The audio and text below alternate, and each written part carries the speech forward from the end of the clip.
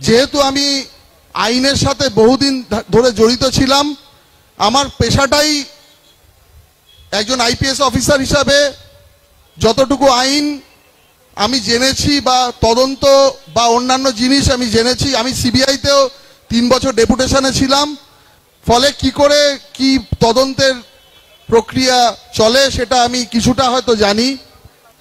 দুটো অর্গানাইজেশনেই কাজ করেছি, স্টেট পুলিশেও করেছি, সিবিআইতেও করেছি, ফলে কিছুটা সম্যক ধারণা এ সম্পর্কে আমার থেকে গেছে। দেখুন, আমরা 140 কোটি যেখানে জনসংখ্যা, সেখানে আমরা বাস করি। প্রত্যেক দিন হয়তো অপরাধের ঘটনা ঘটে, কিন্তু ভারতবর্ষে আমরা এরকম কোনো সরকার দেখতে পাই না যারা এই অপরাধকে চাপা দেওয়ার জন্য, যারা দিনের পর দিন হাইকোর্ট আর সুপ্রিম কোর্টে দৌড়ে বেড়ায় শুধু কিভাবে তদন্তকে ধামাচাপা দেওয়া হবে এবং তদন্তকে দীর্ঘায়িত করা হবে। Justice delayed means justice denied. এই যে দীর্ঘদিনের দীর্ঘসূত্রিতা, এখানে আমাদের পুরো জিনিসটাকে কিন্তু ইনভেস্টিগেশনের পার্টকে খুব লঘু করে দিয়েছে। প্রথম যদি আমরা বলতে পারি যে এই ঘটনাটি ঘটেছিল, সেখানে যে কোনো সিন অফ ক্রাইমে যাওয়ার পরে যেখানে একটা হসপিটাল, যেখানে স্পেশালিস্ট ডাক্তাররা রয়েছেন, অটোপসি সার্জন রয়েছেন, প্রত্যেক বিভাগের বিশেষজ্ঞ রয়েছেন, যেখানে বাচ্চা ছেলেও দেখলে ডেড বডি বুঝতে পারবে যে এটা একটা ক্রাইম, এটা একটা মার্ডার উইথ রেপ। সেখানে কিভাবে যে সেটা একটা আত্মহত্যার ঘটনা বলে এই তত্ত্বকে খাড়া করা হলো এবং তারপরে ময়না তদন্ত করা হলো আফটার সানসেট। আইনে কোনো এর প্রতিবিধান নেই। আইনে সূর্যাস্তের পরে কোনো রকম পোস্টমর্টেম হতে পারে না।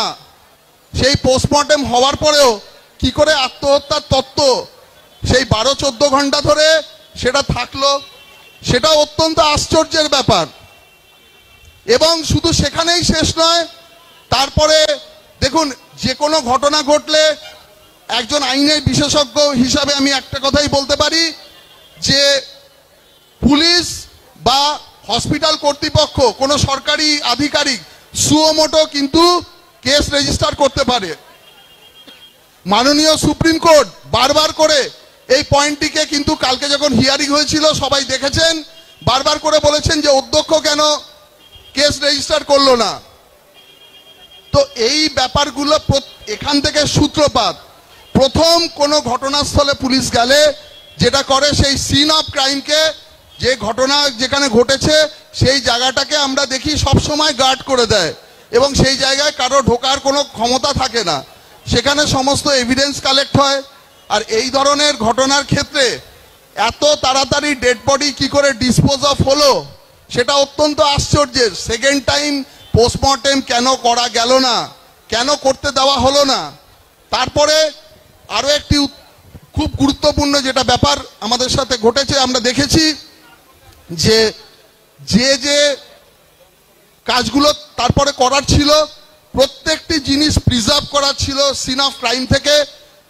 ফরেন্সিক বিশেষজ্ঞদের ডেকে সেই জায়গাটা কিন্তু পুরোপুরি প্রিজার্ভ করার দরকার ছিল, যাতে পরবর্তীকালে যে কোনো সময় যে কোনো কিছুর দরকার হলে সূক্ষ্মাতি সূক্ষ্ম জিনিসও এখান থেকে কালেকশন করা যায়। কিন্তু বাস্তবে কি দেখা গেল, সেই সিন অফ ক্রাইমটা 2-4 দিনের মধ্যে পুরো সিবিআইয়ের কাছে যাওয়ার আগে পুরো ডিস্ট্রাকশন করে দেওয়া হলো, পুরো ডিস্ট্রয়েড হয়ে গেল। কি করে ঘটলো আপনারা সবাই জানেন। দিনের পর দিন পরপর কি করে ঘটনা পরম্পরা ঘটেছে। এবং সব থেকে আশ্চর্যের ব্যাপার, সেই সময় কে ওইটা ভাঙার অর্ডার দিয়েছিল আরজি করে রিনোভেশনের সেই চত্বরটায়। এটা কি করে হতে পারে? মানে এর থেকে বড় ক্রাইম মনে হয় কিছু হতে পারে না। তারপরে সেই ভাঙচুরের ঘটনা, পুরো সলিল সমাধি হলো ইনভেস্টিগেশনের। সিবিআই অত্যন্ত কঠিন কাজ করছে। সিবিআইকে যে ইনভেস্টিগেশন করতে হচ্ছে, সমস্ত এভিডেন্স ডিস্ট্রয় করার পরে তারপরে কি আমাদের মাননীয় মুখ্যমন্ত্রী বলছেন যে রবিবারের মধ্যে ফাঁসি চাই, কোনো আইন জানা লোক কোনোদিন বলতে, মানে আজ আমাদের কোনো কনস্টিটিউশনে বা আইনের যে থিওরিতে কোথাও দেখেছেন লেখা আছে যে দুদিনের মধ্যে ইনভেস্টিগেশন হয়ে তার বিচার হয়ে ফাঁসি হতে পারে? তো সেই জায়গায় অপরাধী কোনো চিহ্নিত হলো না।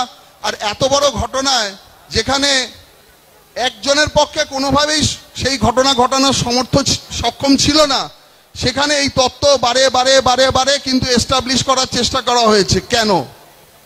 কেন সঠিক তদন্ত করে সত্যি কারা দোষী, এবং এই যে একটা বড় র্যাকেটের কথা উঠেছে, অধ্যক্ষের বিরুদ্ধে অভিযোগ উঠেছে যে মাসে উনি 20 কোটি টাকা করে কালেকশন করতেন, এত বড় দুর্নীতি। তো সেক্ষেত্রে রাজ্য সরকারের যে প্রথম, দেখুন, আমি যদি নিজে কোনো ব্যাপারে ডিরেক্টলি জড়িত না থাকি, আমি সেই ঘটনাকে কখনো চাপা দেওয়ার চেষ্টা করব না। তো সেইখানে দাঁড়িয়ে সন্দীপ ঘোষকে কেন আড়াল করার জন্য প্রথম দিন থেকে এই ভূমিকা, এবং তাকে 3-3বার পোস্টিং দেওয়া হয়েছে। এটা যদি অন্য কোনো কর্মচারী করত, তার এতক্ষণে চাকরি তো দূরের কথা, সে এতক্ষণে শ্রীঘরে থাকতো। তো সেই জায়গায় দাঁড়িয়ে কি এমন গুরুত্বপূর্ণ, এবং এত গুরুত্বপূর্ণ একজন অধ্যক্ষ, পশ্চিমবঙ্গে কি অন্য কোনো হসপিটাল নেই, মেডিকেল কলেজ নেই, ওখানে কোনো অধ্যক্ষ নেই? তো সেক্ষেত্রে সেই তাকে প্রোটেকশন দেওয়ার কেন এত দরকার হয়ে পড়ল? যদি রাজ্য সরকার এবং পুলিশ সঠিক কাজ করত এবং অপরাধীকে আড়াল না করে তার বিরুদ্ধে দৃষ্টান্তমূলক শাস্তির ব্যবস্থা করত, আমরা কেউই আজকে এখানে বসতাম না, এবং সমস্বরে রাজ্য সরকারের প্রশংসা করতাম যে হ্যাঁ সঠিক কাজ করেছে। ঘটনা ঘটেছে কিন্তু সঙ্গে সঙ্গে অ্যাকশন নিয়েছে এবং সঠিক কাজে তারা লিপ্ত হয়েছে। প্রত্যেকটি অপরাধীকে চিহ্নিতকরণ করে খুঁজে বার করে তাকে শাস্তির ব্যবস্থা করেছে।